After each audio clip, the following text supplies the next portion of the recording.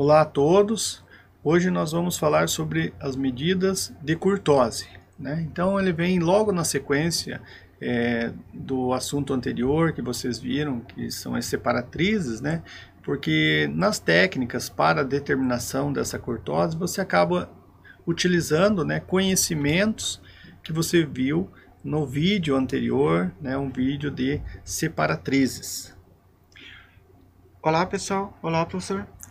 A curtose está associada ao grau de achatamento da sua curva. Você pode ter uma conjunto de dados que ele está mais espalhado, feito um platô, ou você pode ter ele um pouco mais concentrado em dado ponto, formando quase um formato pontiagudo, ou ele pode ter um formato meio normal, vamos dizer assim, de uma forma de distribuição normal. Mas vamos lá. A medida de curtose, então, ela mede o grau de achatamento da sua distribuição. Então nós temos alguns tipos, chamado leptocúrtico, quando você tem algo que ele está bem concentrado, né? Então ele é praticamente pontiagudo, tem muita concentração nesses pontos. Tem outro que é chamado mesocúrtico, que ele é praticamente uma distribuição normal, ele é um pouco mais, está entre o leptocúrtico e o platicúrtico, ele é mais aberto. E temos o platicúrtico, que significa um platô, né? Basicamente ele é espalhado. Então, nesse caso, nós chamamos de curtoses, em inglês, que às vezes o software ele vai indicar dessa forma, e é a curtose que nós chamamos. Então, como eu comentei, leptocúrtico é o formato pontiagudo, mesocúrtico é o formato distributivo da normal padrão, e platicúrtico é o formato de um platô.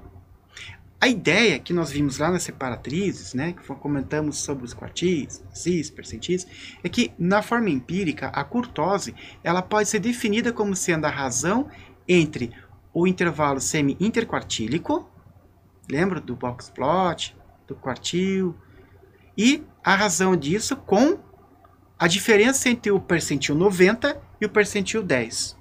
O que é o percentil 90? Aquele que separa, né, do teu conjunto de dados em 100 partes, 90 dos outros 10. E percentil 10 é outro pedaço que separa os 10 primeiros por cento dos outros 90. Então você tem os extremos.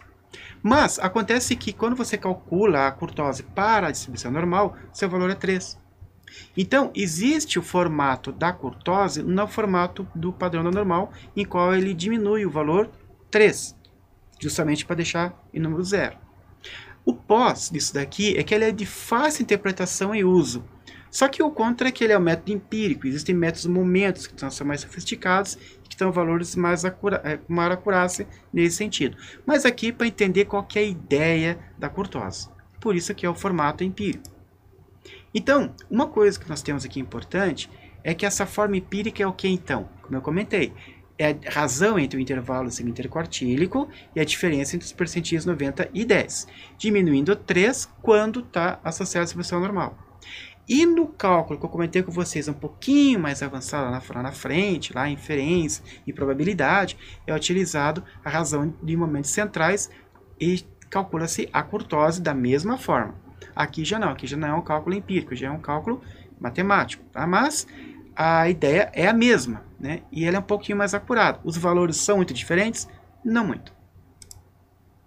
Aqui nós podemos observar o formato, né? Leptocúrtico. Observe que a forma que nós temos aqui para a box plot, ele está bem concentrado numa distribuição que nós estamos vendo aqui em cima. Então, observe que esse valor aqui, o K, ele é maior do que 3. Veja que é 4,45. Então, se ele é maior do que 3, ele é leptocúrtico. Do outro lado, lá na outra ponta, nós temos o chamado platô, que é o completamente contrário, né? Que o valor é menor do que 3. Veja que deu 1,81. E aqui nós temos o valor platicúrtico da distribuição. Veja que o box plot ele é mais estendido a sua caixa, né? Entre o quartil 3 e quartil 1.